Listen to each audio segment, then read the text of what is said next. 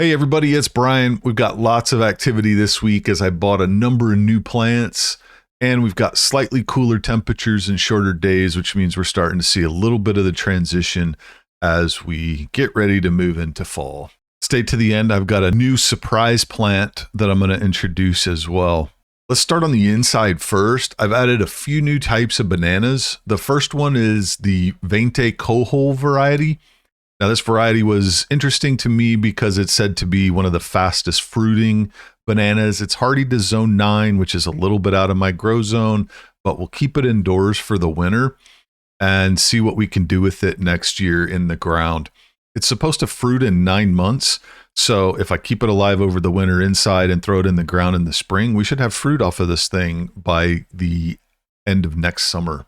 I also got a couple of Musa truly tiny bananas. I ended up giving one to a friend, so I've got one left. We'll see how it goes. If it does well, it should produce pups and I'll have more of them. This will stay inside. It'll only grow to about 2 to 2.5 feet tall and should produce smaller dessert quality bananas. On the outside, I've got a few new ferns and a few new hostas that I picked up to fill in some of the more shadier spots in the yard. I really like the look of these Japanese painted ferns. They've got some purple highlights on them that make them look a little bit different than a lot of the other ferns that grow naturally around here. Another new plant I picked up is a bird of paradise. This was $20 at Home Depot. You can see it's got 2 plants in there. I just couldn't pass it up at that price. I got a couple of more Ensetes as well. The smaller one I'm going to leave in the pot. I'll keep it indoors for the winter. It's going to sit outside for now.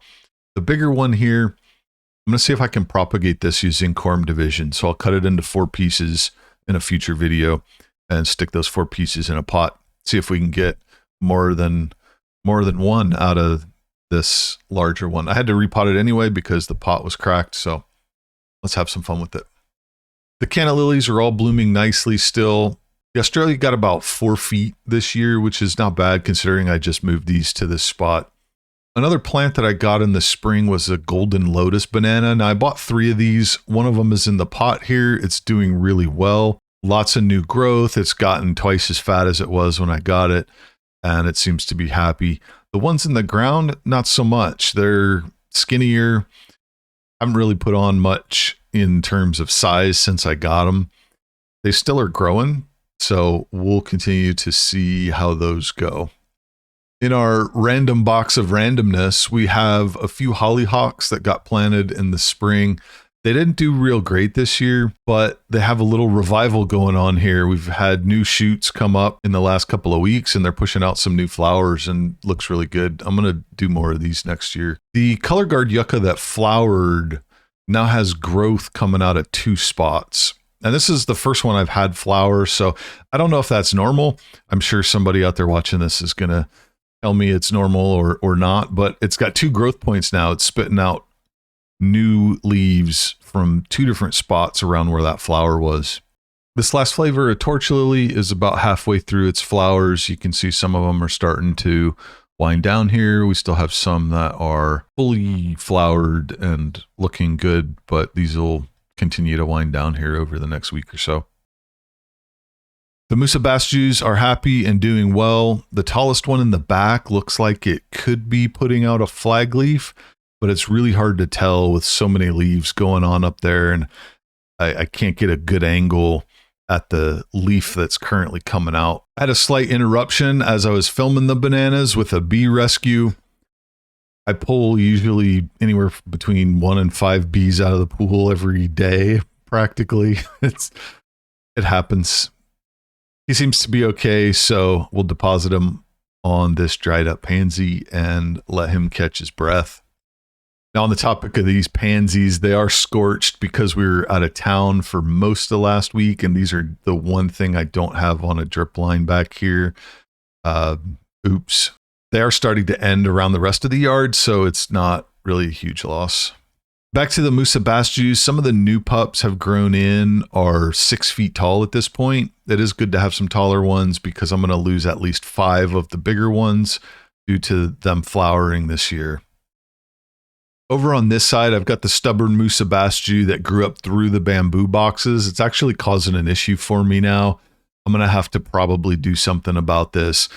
it's actually pushing the bamboo box apart. You can see the wood is starting to separate right where the banana is growing, and it's only separating right where that banana is. It's not the bamboo causing it. I've got 40 plus feet of these boxes in my yard, and it's only separating right where the banana is.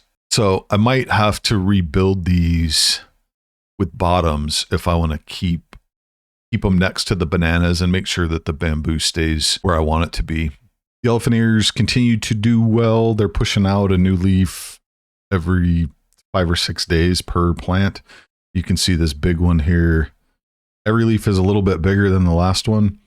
And this last one that it put out, I mean, my hand's big enough to palm a basketball, and it is dwarfed by this leaf. There's another one coming up. Should be out for next week. So excited to see these continue to develop. In the front yard, I'm working on removing the tree stumps. I had talked to some people about using a grinder to grind them down. Nobody could promise me a flat surface though, and I need this to be flat because of how I'm going to build and position things on top of it, which means I've got to dig them out by hand. It's not fun, but it is a good workout. So I can skip the gym on days I want to go dig tree stumps out. I've got this Limelight Hydrangea in the front as well. It's one of the few things that's still left in the front at this point. Unfortunately, it's in a spot where I need the ground for something else. This is the most sunny spot in my front yard. I'm going to put other things here, so it will come out at some point, but until I'm ready to dig it out, it's going to stay here and look pretty. Last but not least, the surprise new addition. I was walking through Home Depot and I stumbled upon this beauty, and for $30, I had to give it a shot.